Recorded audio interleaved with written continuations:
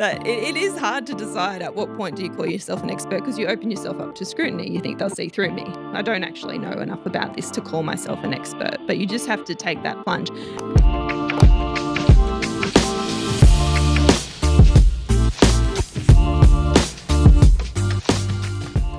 Welcome back to Breaking the Binary, brought to you by Coded Diversity. We're your hosts, Arden Jarrett and Sarah Fraser. We're recording in Newcastle, Australia, on the traditional lands of the Awabakal people. We acknowledge all First Nations Australians on whose traditional lands you are listening from today. Thanks to our sponsors already on board this year, Nui Tech People, MGA Thermal, and Fraz Tech. Today we're getting into the nitty-gritty of identity, careers, and being an expert with Jess Allen. Dr. Jessica Allen is currently a senior lecturer in chemical and renewable energy engineering at the University of Newcastle. Her research focuses on developing technology that can be used in renewable electricity for manufacturing green products from steel and aluminium to carbon and fuels like hydrogen and ammonia. Dr. Allen is an engineer, a proud Novocastrian, and a mum of two. 3 if you include the dog, which I do, yeah, who enjoys mountain biking and tap dancing. We're happy to have you here today, Jess. Great, thanks for having me. Sorry about the mouthful of a bio. Yeah, I think most of those were before I sent it. Most of them were correct, probably. Yeah, I think that was it was better than I would be able to do. So Jess, just to start off the conversation, when you were in school, did you have a career in mind that you wanted to go to? You know, like when people asked you, what do you want to do when you grow up? Because we know that they asked that question. Yeah. What did you say?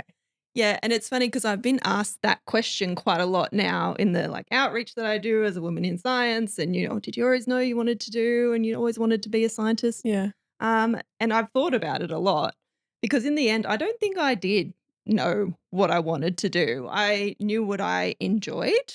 I knew what I was good at. And in the end, I just sort of accidentally got steered into engineering because I liked chemistry and I liked maths. And so I was told, you should do chemical engineering, the maths for the engineering, chemistry, chemical engineering.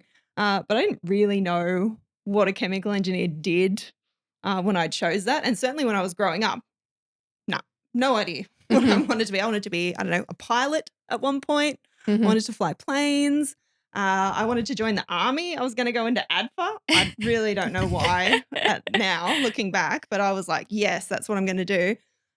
So I really didn't know what I was going to do or why, really. I mean, my parents didn't even finish high school, but my mum worked and my dad worked when I was growing up, and they slowly got themselves into these highly professional careers. They worked their way through from the ground up. And I always felt pretty inspired by that, of just the hard work and not necessarily having, expertise and credentials in things, just working hard and doing a good job at something. So that's kind of what I wanted to do. I wanted to have a job that I could work hard at and do a good thing when I was growing up. Amazing. And you were probably one of the only kids that would say, I like maths. Yeah. Well, it's funny because I went to Wirianda, which is in Madawi, as a public school. And it's pretty, that's where all of the RAF kids went because my dad was in the RAF and we moved around a lot. And so it wasn't a great school when I was growing up. It was an okay school. But I remember when I started high school, because I went into Newcastle for high school, I went to Lambton High. I came 50th in the year in maths.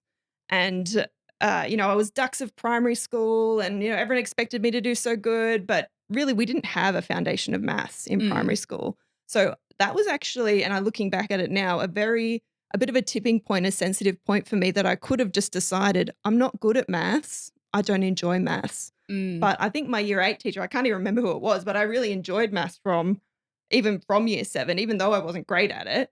And so I was able to continue. And then in year 8, I came second. So I just worked my way through and was like, actually, no, this is fine. I know what I'm doing. I can do this. And then enjoying it all the way through. But I also did drama. Yeah. And I did 4-unit English. I did the most English you could do as well. And it was a tough call for me in year 10. What should I drop? Yeah. Because you can't do everything. So which ones am I going to drop? And I, with a heavy heart, I dropped drama. But in the end, it just didn't align with the sciences that I was doing and what I wanted to do. But I did do the full English course as well. My goodness. I was going to say I liked math until it got hard. I was one of those kids that was like, I'm not good at this. so I don't like it anymore. Well, and that's what Yeah. happens is if you don't have that reinforcement Mm. of you're doing well, you're not going to enjoy it. Yeah. So I Yeah. really don't know how I managed to hang on. I think it was just always something that I enjoyed doing. It made sense to me and it was logical. Like I liked things that were logical in that way. Yeah. It's amazing what like the belief of like I'm good at this or I'm not good at this like Mm. does. Like you kind of you apply yourself more when you're like, I'm Yeah. good at this, even if you're not understanding it yet. Yeah. And then I think every time you figure something out, there's like the dopamine hit of like, oh, I can do Oh, it. I I'm got good that. at this. Yeah. And I Yeah. probably still had that stubborn belief from primary school. I was ducks, I'm Yeah. smart. People have told me I'm clever. I can figure this out. It was Yeah. just like that stubborn, no, I can get it. And thankfully it did work out. That's awesome. So, do you find the question, what do you want to be, kind of limiting in a way? It is a weird question to ask Mm. children. Like, I don't Yeah. even know now, let alone when I was 14. It is. And I mean, I even talk to my own kids about what are you going to do when you're bigger? It's more, what are you going to do? Or, I mean, they say to ask the question of what problems do you want to solve? Mhm. One thing that I also say to my older child who's turning 9 is what worries you about the world, because I think that's where we sort of need to focus in on. Because if someone had asked me in high school, what worries you? Like Green Day used to be this big thing at my school. And I was like, so upset and concerned for the environment. And I did like Oh. all of these like art things about how trees were being destroyed. And, I was really upset about it, but I never thought of having a career in that because I didn't know what that career would be. Like, I I didn't honestly know. thought you were talking about the band Green Day. And I was like, where was that? Look, music? honestly, I'm a millennial. It was a millennial, so Green Day, the band, was also pretty high on my priority list. But I wanted to be an American idiot. That's I my wanted to be goal. an idiot. Yeah. No, not quite. So yeah, Green Day. It was everyone wore green, and we all talked about the environment. So, and I asked my daughter like, what worries her, and she's like, oh, when people don't have a house to live in, like, so she worries about homelessness, and like, I'm like, oh, maybe you can do social science, and Yeah. it's hard not to put those things on them and to ask them that because it is an easy thing to ask children. But when I think about when people ask me, I didn't know, and it didn't really have a meaning when you're a child. So if I guess if people ask you what you want to be and then you put meaning on that and you continue that in your head that this is what is going to happen, and then if it doesn't turn out like that, what would that do to you? Yeah. You've failed at your lifelong dream. I think it could be quite damaging. So keeping it open-ended and be like, well, you could do that as well. Like, I mean, my Yeah. son wants to do, he's only 6, he's turning 6, but he wants to be like a zookeeper and also a famous singer and a performer that with a lightsaber. So, it's pretty varied and just Yeah. keep their minds open, I Yeah. guess. I mean, as an adult who wanted to be a science communicator and then learned out of that career. It's Learned like Yeah. Learned. Hmm. Learned really hard. Yeah. It was really challenging to be like, Mm. oh, this is when someone said, what do I want to be? All through uni and before uni, I said, I want to do science communication. And then when I realized, oh, actually, this wasn't what I thought it was, and I don't want to do this anymore, I was like, oh, Mm. crap. And you get that narrative in your head Yeah. of this is what I'm doing, this is where I'm going. And then, and if you're telling people around you as well, that's their expectation. And so they're like, oh, what are you doing now? Did you end up doing science communication? And then you have to say over and over again, no, I didn't. That's not what Yeah. I'm doing anymore. Oh, I did, but it was trash. Sorry, it wasn't for me. Beautiful career for somebody else. You pivoted. Yeah. I think it's a really great way of looking at it as into like a problem or something that concerns you, because there's so many different things you can go Yes. into within that. Say like I'm in the renewable energy space, but that doesn't mean I always have to work in marketing. Yeah. So, and it kind of helps you move around the space as well. And again, there's so many things you can do. So like I really like you can also do that. Because I think I had a bit of dialogue going on that was like, oh, you should have done this or you could have done this. And it's like, I still could. Yeah. I'm just doing this Those now. doors aren't closed. Yeah. Yeah, I think that's a great point as well about the different spaces you can work in, like the renewable energy space, because you need all the people. Like you might think, oh, it's just engineers that you need. They are like a tiny fraction of what you need to actually do this massive change that we're all going through. And as we're finding at the moment, and what you've probably seen as well, Arden, is that we really need more communication. We need more languages and, social aspects to this technology change that we're going through, more so than the engineering in many spaces. Yeah. Yeah, that's true. And it's not just renewables either. Like you could look at any technology space and say that having the human aspect or different aspects to it. Yeah, especially with such major change, like Mm, the getting everyone on board and social license to operate and all of that is a massive part to actually enabling the change. yeah. And like there's so many problems with the world. Yeah. Things are worrying. It doesn't look great on many fronts. And, I sometimes say there are many hills to die on. This one's mine. So Mm, this is what I've chosen. Doesn't mean it's the only thing that matters. It's something that I care about and I'm passionate about. You need to look around at the things that worry you and see what you can do in that space. I think it's also about reflecting on where you find your motivation as Mm, well. Like, for instance, I work in a tech recruitment agency. I love the tech community. Do I care about recruitment? Not particularly any more than any other field of work, but what mm, I love is the company culture. And I've realized that the way that I can work in this business and the freedom that I have to shape a culture and then the support that I get to do other initiatives like this yeah. is really what's important for me. And that was like I used to have when I was in a science communication line of work, it was very much about helping people understand how science can help them and how it does make a difference and how it is important. And I thought for at least a year or so that passion for that mission was going to be enough to get me through the career. And it was really weird to realize, hey, actually, it's not. And that was Mm, hard because I still love science communication. I still love science and telling people about science and making it more accessible to the public and bringing them on board as to why research is so important. yeah.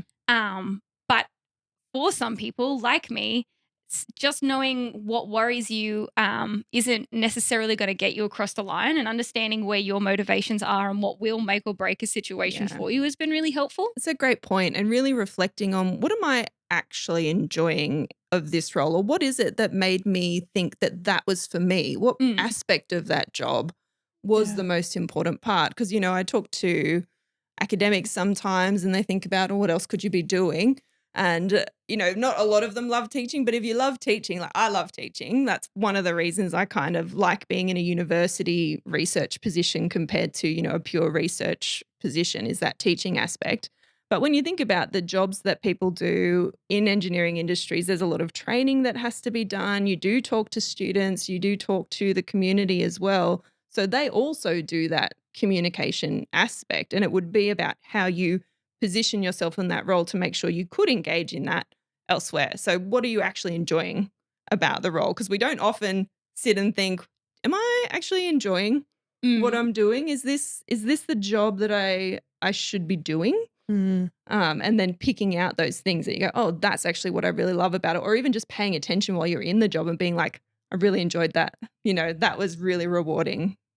our society places a lot of value on what we do. It's often one of the questions that we get Mm, asked when we first meet people, which isn't necessarily a bad thing if you're passionate about what you do. But I also think it's not all who we are. So it's a pretty big question, Jess. But what are some ways that you see your worth that aren't your job? And how do your passions and desire to solve problems contribute to how you view yourself? Yeah, it's a big question, but it's an important question. Yeah. And, it could be asked in a way of how do you have work life balance? But I think it's a Mm. bigger question than that because the way you organize and structure your work life balance reflects your values Yeah. of what you care about and what you want to spend time on. So, I always wanted a family, I always wanted kids, that was always part of my plan. And so my family really keeps me grounded because they, blink and they're suddenly different and suddenly older. Yeah. But at the same time, my job is a lot of my identity. And I think being an academic is part of my identity. And it kind of has been since even high school. Like I was, because what I really enjoyed, I realized later and now in life, is what I really enjoyed was learning. Yeah. Mm. And that's what I really liked doing at school was learning things. And that's what academics are. They're lifelong learners. So you're just always learning new things. So yeah, I think keeping that part of my identity as, I work for the university, but I could also do that other places. Like I was saying, like I often think about, well, where else could I have impact? And is this really where am I still happy? Am I enjoying the things that I'm doing? Always being quite reflective of that in my position because, I think a lot of people do this, but you reach a lot of very crucial decision points early on in your career. And that's how they all become so different and little snowflakes. Everyone's career is very different because we all have these crucial decision points where if you just make a decision because you feel like you should, or that's what everyone has told you is probably a good idea, or don't do that, do this over here. And if you don't actually stop and reflect and think, well, but why? Why should I choose that? Because I'm happy here. So one example is, I've been offered positions in different places, arguably better positions, more income, Better on paper. better on paper, yeah, better support. And, I reflected quite hard over whether I should take that. And the big part of not going was my family, because what I value here in Newcastle is the family and the connections that I have here. Because it's not just my husband and my kids, it's also my parents, his family live here. The people that we have around us, our community, are important to me. And that's part of my life and the way I want to live my life. Like, it would be easy to move. I could find a job wherever. I can't find this community wherever. So having that balance between being able to do a job that I feel I enjoy, that I can be good at, but also at the same time of being part of a community that I care about, the people that live here, but also the city itself. Like, I feel very connected to Newcastle and to the Hunter. And I think that what we're doing here is very important as well. So I can have impact here. So keeping that all-rounded connection to all the things and trying not to lose sight of that and just be like, well, if I just worked on Saturday, it'd be easier during the week. Because in the end, I decided a while ago, I get done what I get done at work. And if that's not enough, I'll do something different, and that is coming from a place of enormous privilege, really, because I do have, a supportive family who lives around me. That was a choice. But also my partner has a stable job and I don't have to worry that, I won't be able to pay the bills. Yeah. So having that security to make those luxury decisions is, a major factor as well, to be fair.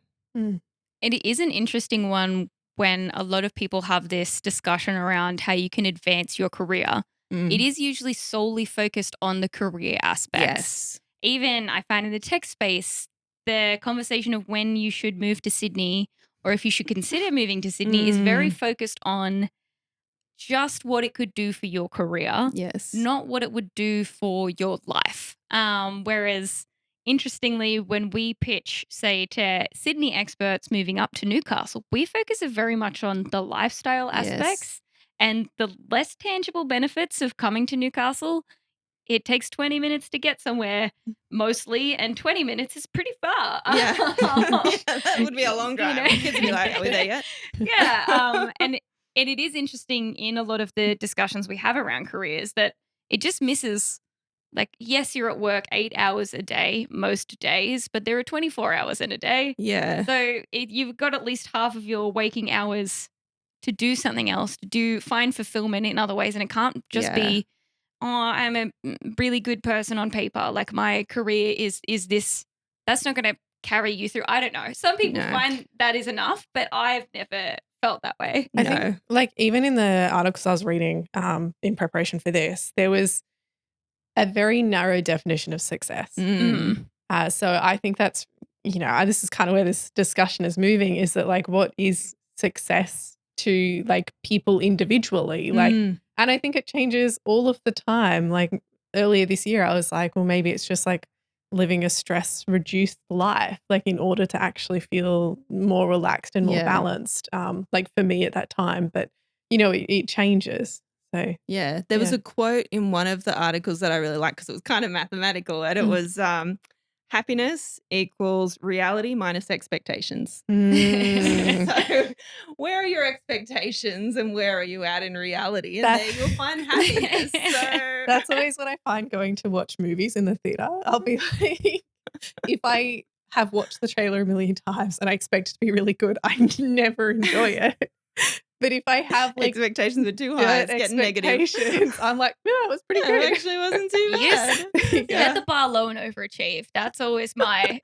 I mean, that kind of is a negative way to look at it, isn't it? But I mean, maybe it's also like you were saying about defining success. Like, what is Yeah. success? Tons of money? Like, you can't take it with you. Yeah. I mean, you only need a certain amount of money to be happy, really, and to be comfortable. And then once you're at that point, where does the happiness come from? It comes from your connections and the people, right? It's always about communities. It's about people. It's about humans being together. Yeah. And it seems like engineering is not like the place where that's going to happen, but I don't think that that's true at all, because engineering is really about trying to help human connection in many ways, and trying to help our society to be comfortable and to allow us time to relax and to enjoy the nicer things in life. So, I think it's important to think about grounding yourself in what you care about in your community and not just success. I mean, maybe that is what just makes some people happy, just seeing their bank balance go up, having a nice car, having a fancy house. It's just never been me. Yeah, someone said recently to me that they were like taking all of the after hours, like second job work and like doing public holiday pay, like all this sort of stuff. And I'm like, cool, but like, why? Like, oh yeah, I'll have a really nice holiday. Like, but the rest of the year is terrible. Yeah. I remember when I Why? finished engineering, there was a lot of people that finished with me that went off to take these fly in, fly out jobs, and they pay you amazing, and you do, 3 or 4 years there and you're set for life, is what they said. And I was like, but for those 3 or 4 years, it's crap. Like, they work you hard for that money, and you live in the middle of nowhere around people you don't know or care about. And, you just don't get any life, really. And that you're young, you should be experiencing the world. Yeah. It's not a good trade-off. It's interesting because my partner is much more money motivated than me. He's always wanted to feel very comfortable in his financial status. And that's a goal that's always been really important for him. And I've never really, that's not something that motivates me, but I try my best to understand it. Yeah. But it was really interesting watching him navigate a conversation with someone close to him who was working 16-hour days to get a house renovation done as soon as possible. And it was kind of comforting to hear him say to the other person, if this takes you 6 months and you work yourself to death, or it will probably still take you 2 years and you'll be miserable that full 2 years, or you can take it a little bit easier. It will take 3 years, but those will be 3 years that you actually enjoy, not 2 years where you're miserable the whole time because you're pushing yourself to meet a deadline that doesn't really exist. Like, it's an expectation you've set for yourself. And whilst it's good to aim high, you've also got to look holistically at your life and your enjoyment of it. Like, it's not just about having a really nice house at the end. It's about living 3 good years of your life. Yeah, it's a really good point. I think about that sometimes around, there's the that Dr. Seuss book, Oh, the Places You'll Go. You'll read it eventually if you haven't already with kids. But there's a bit where he talks about, and then you get to a place where everyone is just waiting for the fish to bite, waiting for that, it goes into the Dr. Seuss thing, but they're just waiting for life to start. Right. So you're just waiting for X milestone. Okay. Once that happens, you're going to wait for what? Like, the goalposts just keep moving. Yeah. It's the same with financial. So you go, okay, once I've done this, then I can relax. Oh, but I'm there now. Okay. Once I've done this, then I can relax. So, one of my little sayings that I kind of live by is this too shall pass, which means good things and bad things. Yeah. So this too shall pass is in this moment that I'm here with my happy family, with a great job that I enjoy, that will pass. It will look different. Things will change. So be here now, enjoy it right now, because this will pass, and bad things as well.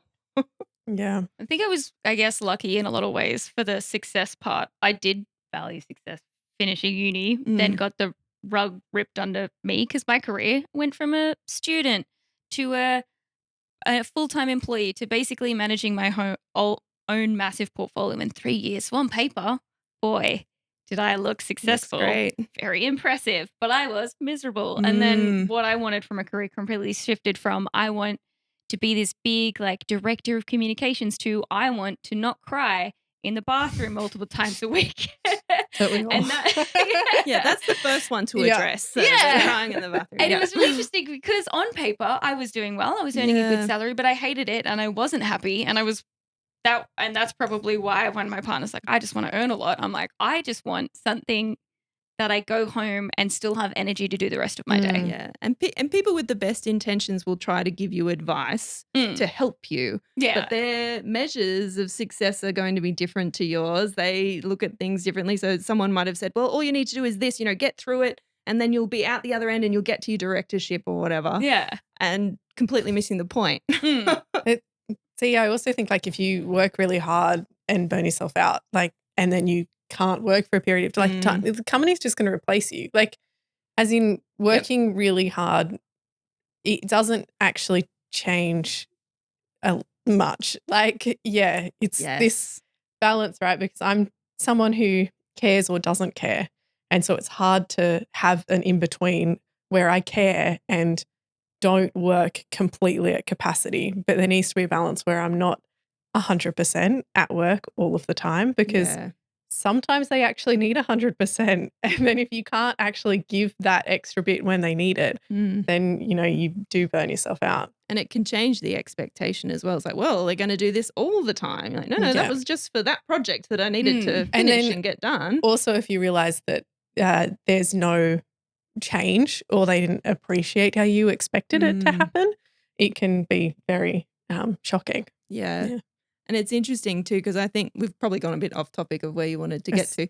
But you do kind of learn from, mentors and people who are helping you in your career, but you can also learn, I think that there's such a thing as an anti-mentor, which is someone that you look at and you go, you look like you're successful and you're doing really well, but I do not want to be like you. Yeah. And you sort of go, everyone thinks that you should be plotting this course so that I will end up being just like you, but that is not what I want. I also love the influence there that it's like, I'm really happy that you got what you wanted. Yeah. I've realized it's not what I want. Right. Yeah. Good I for love you. that for you. Love that for you. Not what I'm going to do. Yeah. I'm going to work hard. I'm going to enjoy my career. I'm going to enjoy my life. I'm going to enjoy my children. Then I'm going to retire. Yeah. I mean, I think it's very on topic because, when we're asking the question, what do you want to be?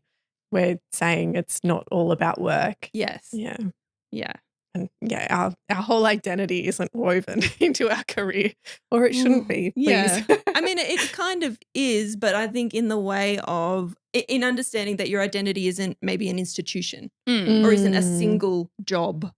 It is much bigger than that. It is bigger than a single job or a single project. I think some careers, this might be a spicy take, but some careers benefit from you really strongly identifying with your line of work. For instance, some of my friends are doctors and they are very passionate about being doctors. And I don't think you could be a doctor without that dead set fire for being a doctor. Even academics to some degree. My partner was an academic, went into the commercial space, still views himself as an academic. And a lot of academia is a hard slog. Yeah. Like you have to really love being an academic in order for it to be sustainable. To still be an academic. Yeah. To have a job as an academic. And it is a weird thing because that passion for those careers is kind of like a cornerstone bit that holds it's so people true. there. And that's actually a narrative in academia that I try and actively fight against in some ways because, people in academia will sacrifice themselves on the altar of academia. Yeah. I'm going to get a paper in Nature and then my life will be complete. It's just not what I care about, and which I sometimes get imposter syndrome about, of being like, well, maybe I'm just not a very good academic because I just don't care that much about those sort of accolades, and maybe later on I won't be getting the grants and I'll just eventually whittle down and go, okay, I'm going to go into industry because it's not working for me in academia. But so far it hasn't happened, and I still really enjoy the learning and the time to be creative and to think about things without feeling like I do need to sacrifice myself or that I need to work hard. Because in the end, this is the other thing with which is different to doctors, I think. No one's going to die. Yeah. Yeah.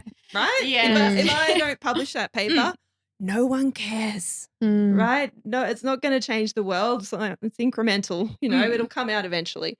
If it's not published tomorrow, who cares? Yeah. It'll get there.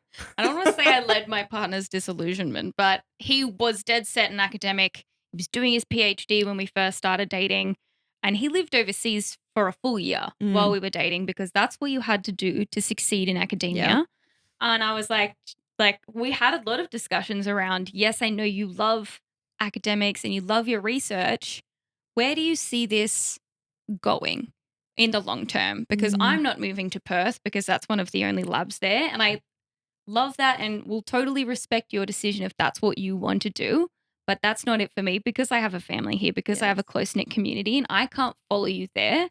And I mean, thankfully, he had the chance to go overseas, decided academia wasn't for him. I never said, this is an ultimatum or whatever. That's a decision he made for himself. But I feel Mm. like a lot of academics aren't really, I don't know, they don't have conversations with people outside of academia about, yes, you can do this and it's a great career and it's wonderful, but there are There are other sacrifices things. that you're going to have to make. Are you willing to make those? Is your love of academia enough to justify the costs to the rest of your life? Yeah, it's interesting that you use that example because that's it's almost the example I gave before where I said people will give you advice, don't listen to them. Because people told me you should do a postdoc overseas. Yeah.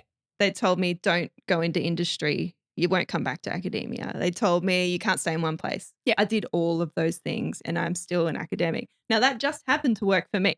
It's not going to work for everyone. And it almost didn't work for me. And if it didn't, I would have taken a job somewhere else in Newcastle and I would be equally happy. You know what I mean? So having that perspective of I like academia, I really enjoy my job and I think I'm pretty good at it generally. Not all aspects of it, but I try. But if it didn't work out for me, I would think about what do I enjoy doing, like teaching or, where else could I apply my skills that I could still have impact and still find fulfillment in a career. Right now it's academia and it works well for me. But if that doesn't work out with the rules and the barriers and the sort of the limits I've put in place for it, then I'm not going to sacrifice those for it. I love that. One of the talks you gave last year at one of our meetups, you said, and I remember distinctly, no one comes and tells you that you're an expert now and that you can just like use that title. Mm-hmm. How did you come to use the title? Like, when did you work that out? And Yeah. I guess what makes you an expert? It's a good question. Yeah. I mean, what does make someone an expert? Sounded so PhD? passive aggressive. I don't What know. makes you What an makes expert? you an Lovingly. expert? With respect. Yeah, so it was a couple things for me. So one was I was accepted into a government-funded Superstars of STEM program, which was all about amplifying female scientists and engineers in the media as experts, basically. But even applying for that program, I hadn't really thought of myself as an expert in anything particularly. I was just like, oh yeah, this sounds great. I really like science communication. Another thing they told me not to do that I did anyway. I really enjoy doing that. I'd like to talk more on this. And when we got into the program, they were telling us basically over and over, you guys are the experts. You are the expert in this thing. And they told me that thing, which no one will tell you you're an expert, but trust us, you're experts in these things. And I often think, why? What do you mean?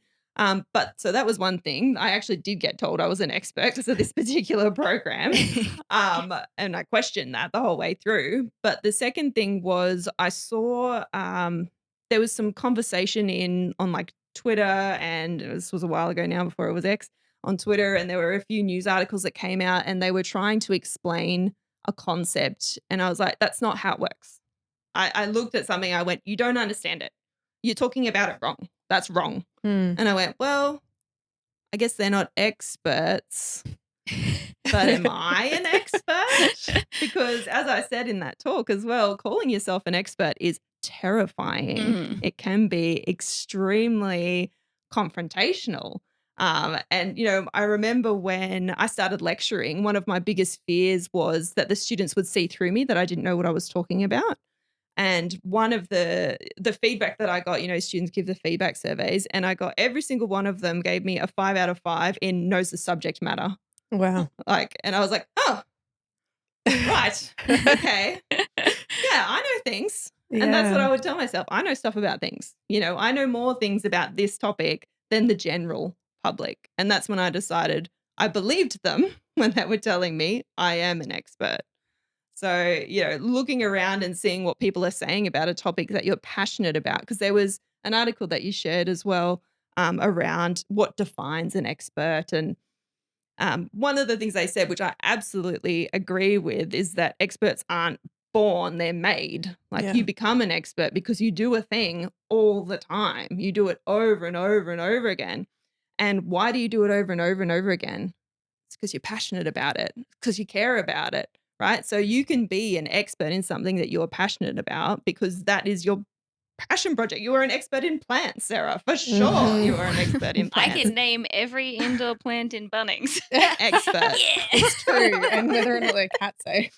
Yeah. I think that might be more autism than it is expert, but it's okay. But it is hard to decide at what point do you call yourself an expert, because you open yourself up to scrutiny. You think they'll see through me. I don't actually know enough about this to call myself an expert, but you just have to take that plunge and also be willing, I think, to listen to the criticism. Yeah. Because you could say, oh, I'm an expert. I don't want to hear anything else from anyone about it. But saying I'm an expert, and then when someone comes in with a counterpoint, say, it's actually a good point. I haven't thought of it from that perspective before. So being open to actually take that criticism on, okay, then you can step out and say you're an expert because you're ready to listen. Do you think it's part of like when you know a certain amount of a subject matter, you know that there's a lot that you don't know? Yeah. There's And that Dunning-Kruger effect. Is that what yeah. So you start off, very little, that you know little. yeah. And then you learn a little bit and suddenly you're up on the curve. You think, oh, I know so much about this thing. And then you realize how little you actually do know when you learn even more about that thing. And so your confidence goes down. Yeah. I've definitely been feeling that with marketing, but I also think it's just like that because everything changes so much. You've just got to approach it like a experiment all of the time. We'll just see if this works today. It's a dynamic market. Just use that. Yeah. You can be an expert and not know absolutely everything about a topic. We can't know absolutely everything about a topic. I've met a lot of experts. I've just used inverted commas, like people in marketing that describe themselves as experts, which makes me a lot more confident to say you can use that title. 100%. That's another good point, actually. Yeah. Because you look at some of the people calling themselves experts and what they're saying, and you go, well, they don't understand this. How often have we done that where we're like, well, this person does it, so we can do it? Yeah. Or just like I don't know, like LinkedIn experts. Oh my God. I went to a LinkedIn training session before and I was like, oof, the bar for being an expert at LinkedIn is low. Wow. Of course, comparison is the theft of joy. So you can call yourself an expert without using comparison to other people. But if you have crippling self-doubt, sometimes it's helpful to have a reference. It's very But I true. think if you wanted like a point where you feel like you can talk on a subject and that you would be ready for the criticism. Yeah. If you think of it that way. So like I'm ready to go out and talk about this thing because I feel as though I know enough about it that if there are criticisms, they're either fair or I can respond to it with the knowledge that I have. Yeah. You don't even have to think of them as criticisms, just a different way of thinking about whatever problem it is. Yeah. It's scary when people describe us as like diversity and inclusion experts. Oh, yeah, that is. Yeah. Because I feel out of my depth, because we only really work on the vertical that is gender. Obviously, there are a lot of other verticals that you can be diverse. Even knowing that makes you an expert. Yeah. Compared to many Expert people. confirmed. See, I think someone messaged me for like some advice to basically be like, we haven't had any women applicants. And then I just like gave like really high level, like just like 5 different questions. You will be amazed and at they how were much like, you know. whoa. Yes. 100%. Like you stun yourself with how little other people know. Yeah. And like, The you bar know, is very low. back often. 3 years ago, like we were the same, or at least I was. Like I really did a deep dive into it. And then in all of these conversations collected more and more knowledge. You did the time. Yeah. And been through a case study in my own organization.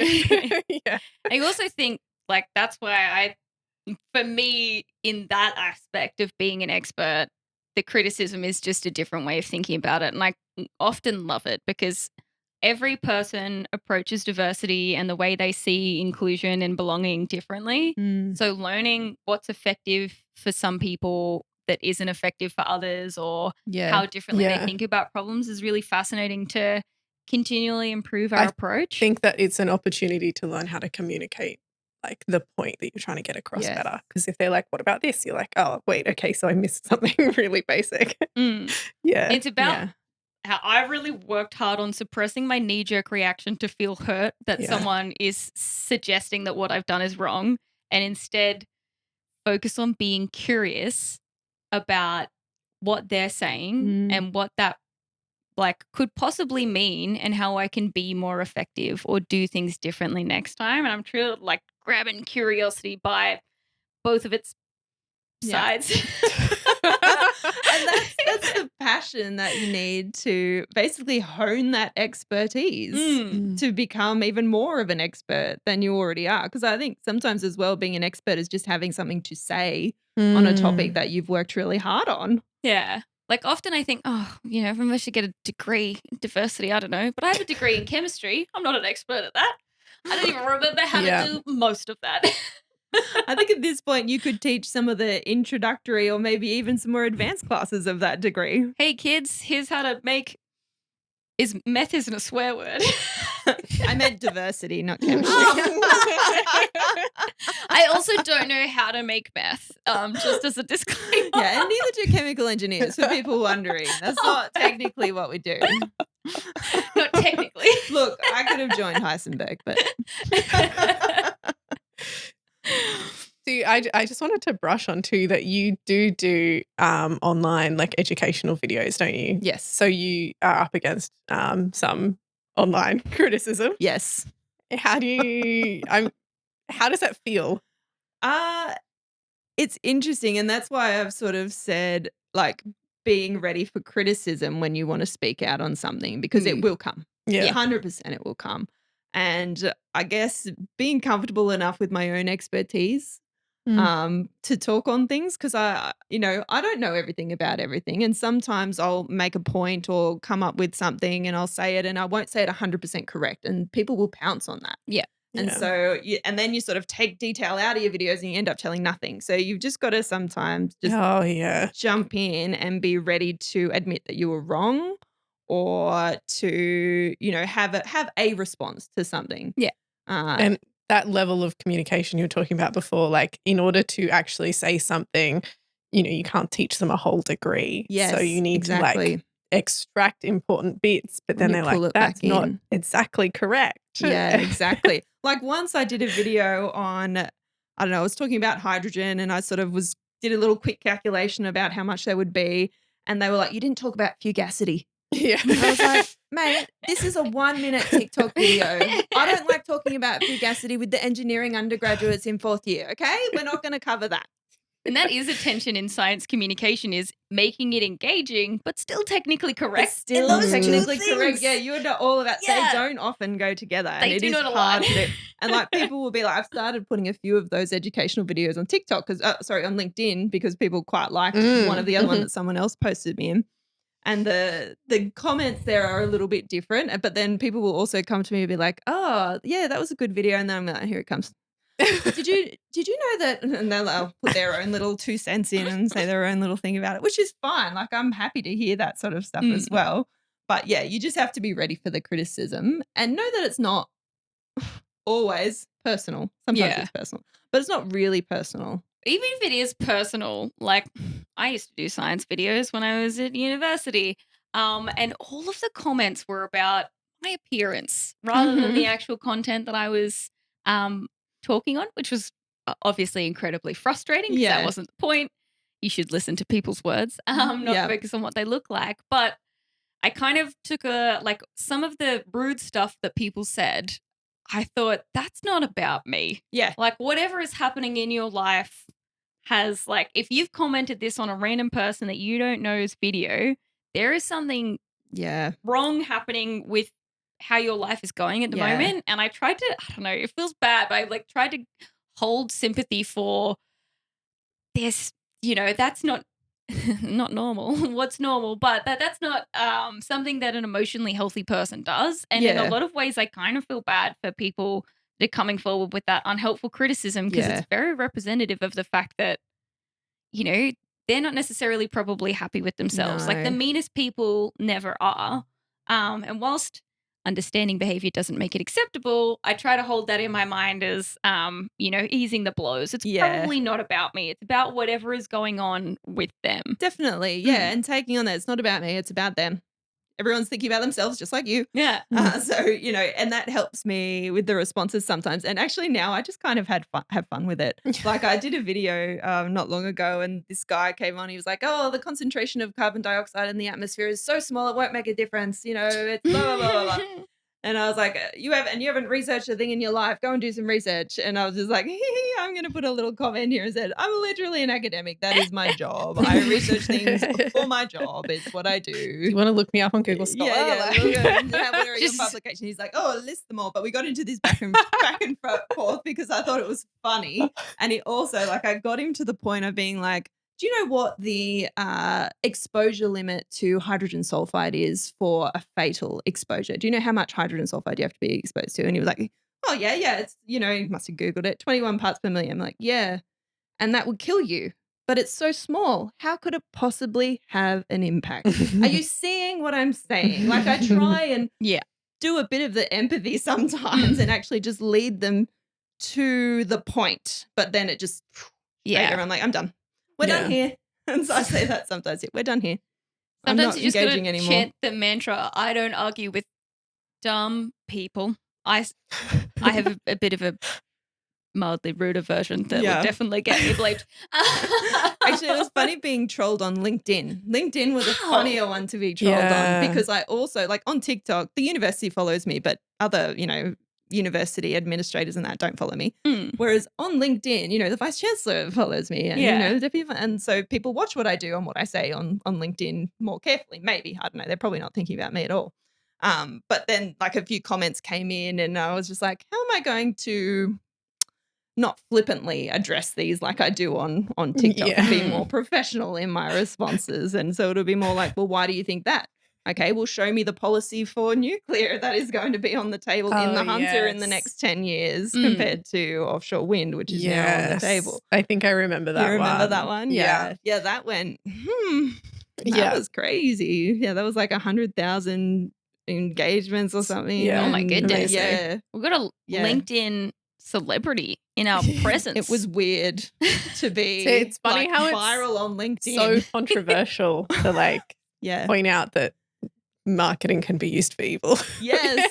Yeah. Everyone knows that. Yeah, it was propaganda that was pointed out. Yeah.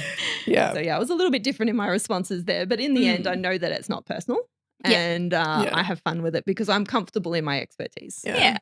I love LinkedIn is strange. I find it so strange that people feel comfortable posting that to begin with on their professional profiles. Because we know who you are. Yeah. And surely your employers do too. There was one that MGA Thermal posted and it was a link to a report, but the cover image, the SEO image that it linked to was of wind turbines. And it was obviously during a time when there was lots of discussion on it and someone just posted ugly. I remember you telling me that. We care. Thank you. But I completely disagree with you, but I'm not. What? You do? Yeah. I like to do that back sometimes, actually. I've had one on TikTok that was like, what a silly little video. And I said, what a silly little comment. Ugly. It's very much about, I always think, I get into some diversity-based debates in the Newcastle tech Slack every so often, just for fun, just to sharpen my toolkit onto how to present different kinds of arguments to people who aren't necessarily willing to listen to your arguments. I don't know how you have the speeds for that. Sometimes I just like to biff. And I always think for that one at least, the way that I'm positioning the arguments isn't for the people that I'm responding to because honestly, they're not going to change their mind. They're already set there. They're only asking the question to biff, which is fine. But who I am responding to is all of the other people that are just lurking and they're going to read it. And they're going to take that on board. Yeah, because there are lurkers. They won't interact. They won't comment. They won't do anything. But they'll look at the comments. Yeah. They'll read through the comment section. They'll see my responses. They'll say the little to and fro's and they'll maybe learn something. Yeah. And you're also then arming them with the resources that they need. So if they have another conversation down the track, they're like, oh, wait a minute. I've read a response to this. I understand how to navigate these conversations from an expert. Yeah. Yeah, it's a great point, actually, because I Yeah. do often respond to things not for the person at all, Yeah. but to make a point. Yeah, that's really, really awesome.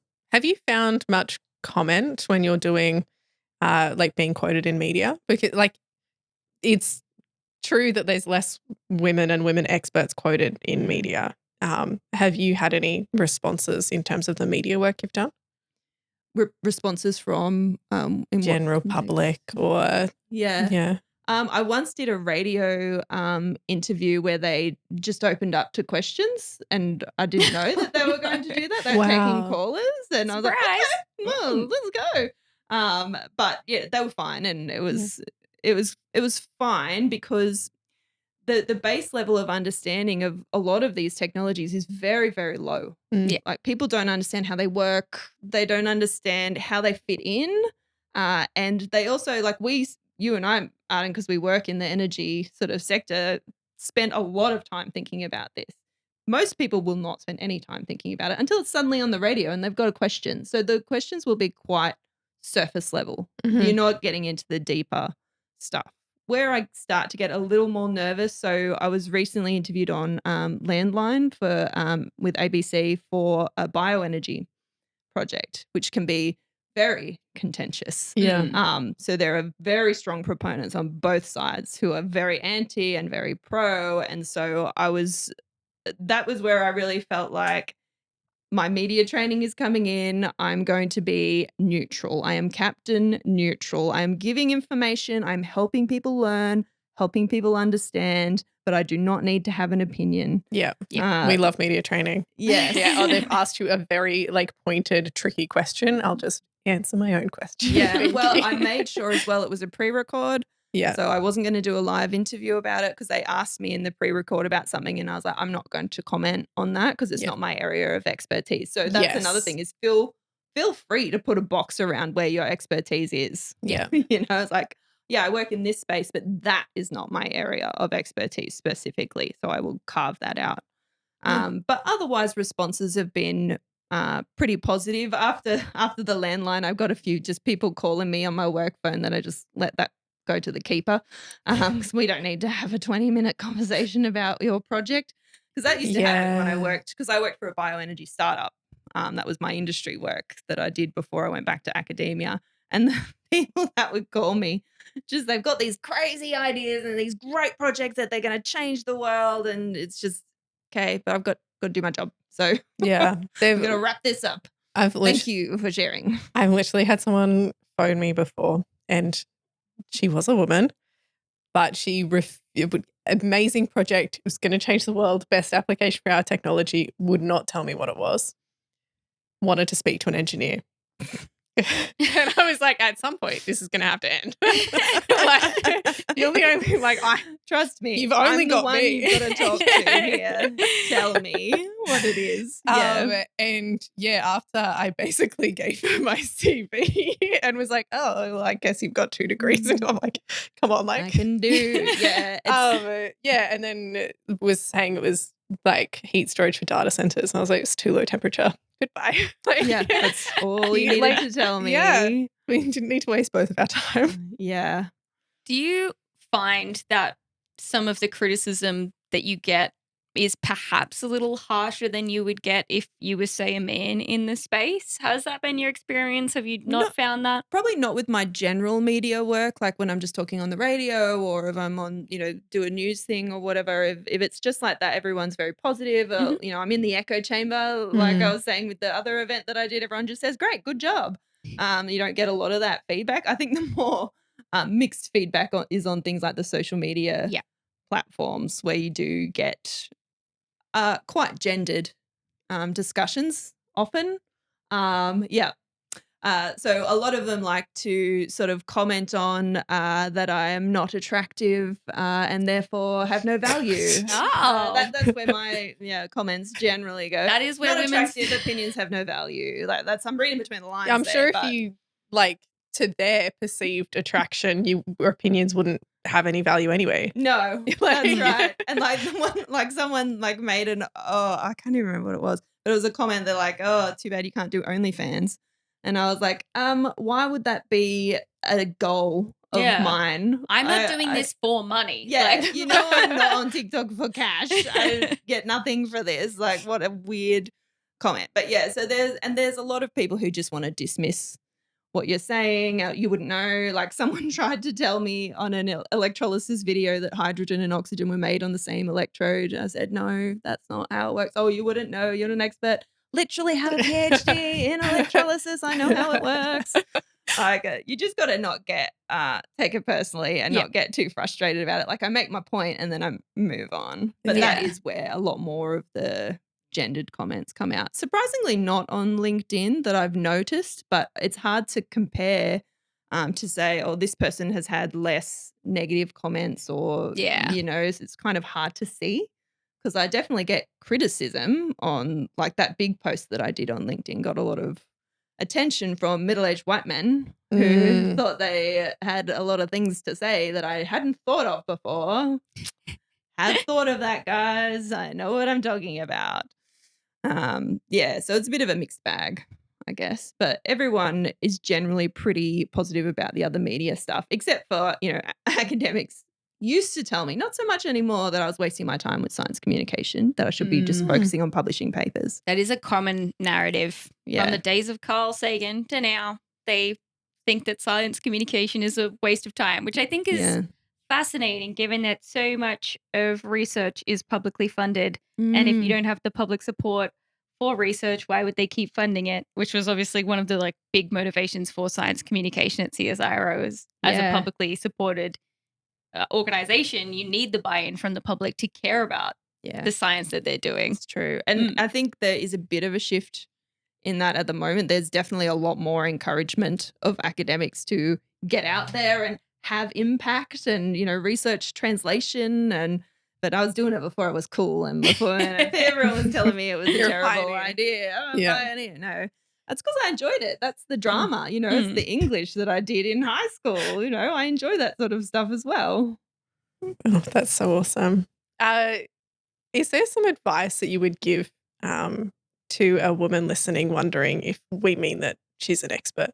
You are an expert, yes. Whatever it is that you're thinking about, just like these two have already done, you are experts in those things. Like in writing this, I was just totally like, no, I'm not. Like, I wouldn't even put my category in as am I or am I not. Like, I'm just not. You are though. And think about, when that guy asked you to write that or about advice on that ad, how much went through your brain when you thought, how could I even begin to tell this guy what he needs to know? You are an expert. Expert confirmed. This question I'll was give you just the for me. stamp,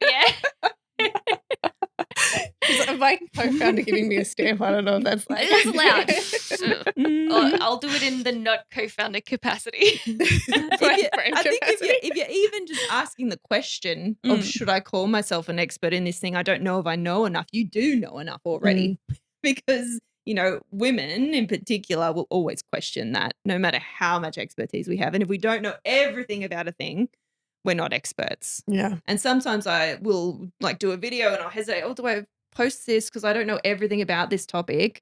But you just have to be confident that you know enough. Yeah. You know more than the baseline. And you know way more than the baseline. Think about that baseline. Everything that you would have to explain to a person to get them even close to where you are is, that sum of time and thought and effort that you've put into a thing. Amazing. Well, there you go. Shameless plug for our consulting services, Sarah. Expert consulting services. Experts.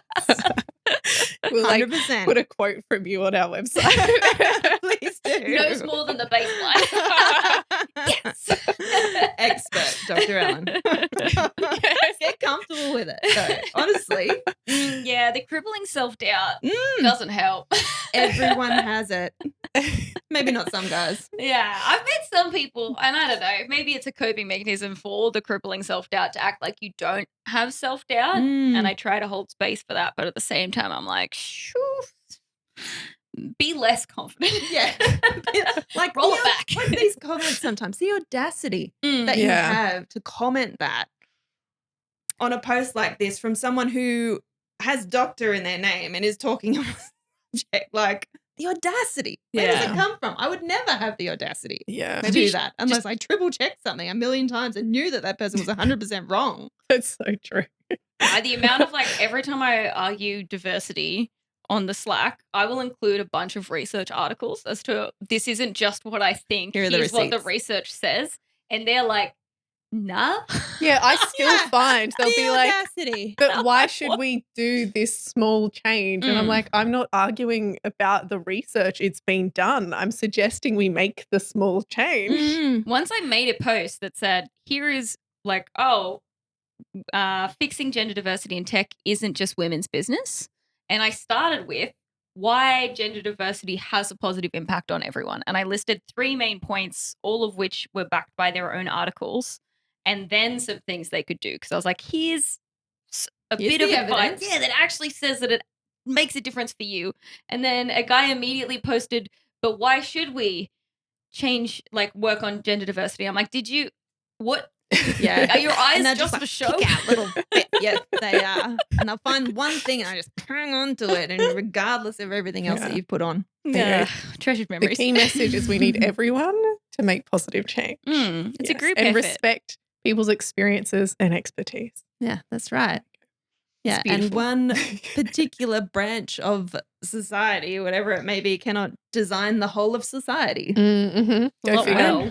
Not least. well. Yeah. They design it well for themselves. Yeah. All right. Well, let's wrap up. We'll link some of our favorite articles from the research for this episode in the description. You'll also find our website, codeddiversity.org, LinkedIn, Meetup group, and Instagram linked below. Please follow us on all of the platforms to stay up to date and support our community. And don't forget to leave us a good review, emphasis on good, please, and recommend this podcast to your friends and share it online. And Sarah, would you like to share a random fact? I actually totally forgot to look up a fact, but lucky for you guys, I have been reading an insect reference book. And I've come across my new favorite bug. It's a Hercules moth. It's native to Australia and it's 27 centimeters across. 27 centimeters. That is a terrifyingly large moth. They're sick. They're my new favorite thing, I think. That's almost a cat. Yeah, like imagine it's bigger than some of those purse-sized dogs, which I just think is sick. Yeah, that's really crazy. All right, goodbye, everybody.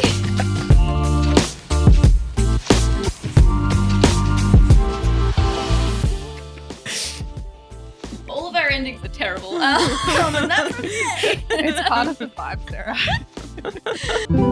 Yeah, because I painted a Hercules moth and I was like, that's gotta be pretty to scale.